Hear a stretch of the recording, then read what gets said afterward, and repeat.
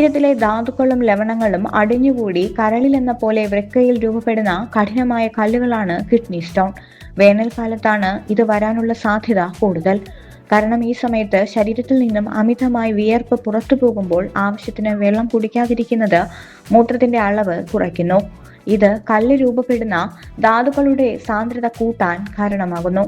അമിതമായി വെയിൽ കൊള്ളുക, യാത്രകൾക്കിടയിൽ വെള്ളം കുടിക്കാതിരിക്കുക, ഉപ്പ് കൂടിയ പാക്കറ്റ് ഭക്ഷണങ്ങൾ കഴിക്കുക, ചായയുടെയും കാപ്പിയുടെയും അമിത ഉപയോഗം, മൂത്രമൊഴിക്കാൻ വൈകുന്നത് എന്നിവയെല്ലാം ഇതിലേക്ക് നയിക്കാം.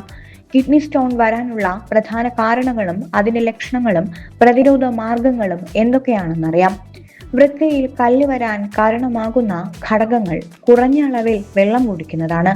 ഭക്ഷണത്തിൽ ഉപ്പിന്റെ അമിത ഉപയോഗം, ഇറച്ചി, മീൻ തുടങ്ങിയ അനിമൽ പ്രോട്ടീനുകളുടെ അമിത ഉപയോഗം, വിട്ടുമാറാത്ത മൂത്രാശയ അണുബാധ, പാരമ്പര്യം, കുടുംബത്തിൽ ആർക്കെങ്കിലും കിഡ്നി സ്റ്റോൺ ഉണ്ടാകുന്നത്, അമിതവണ്ണവും മെറ്റബോളിസം പ്രവർത്തനങ്ങളിലെ തകരാറും, മുമ്പ് കിഡ്നി സ്റ്റോൺ വന്നിട്ടുള്ളവർ, ഡോക്ടറുടെ നിർദ്ദേശമില്ലാതെ കഴിക്കുന്ന കാൽഷ്യം, വൈറ്റമിൻ സി ഗുളികകൾ, ഹൈപ്പർ പാരതൈറോയിഡിസം പോലുള്ള രോഗങ്ങൾ പ്രധാന ലക്ഷണങ്ങളാണ്. വൃക്കയിലെ കല്ലുകൾ മൂത്രനാളിയിലൂടെ നീങ്ങുകയോ മൂത്രതടസ്സം ഉണ്ടാവുകയോ ചെയ്യുമ്പോഴാണ് ലക്ഷണങ്ങൾ പ്രകടമാകുന്നത്.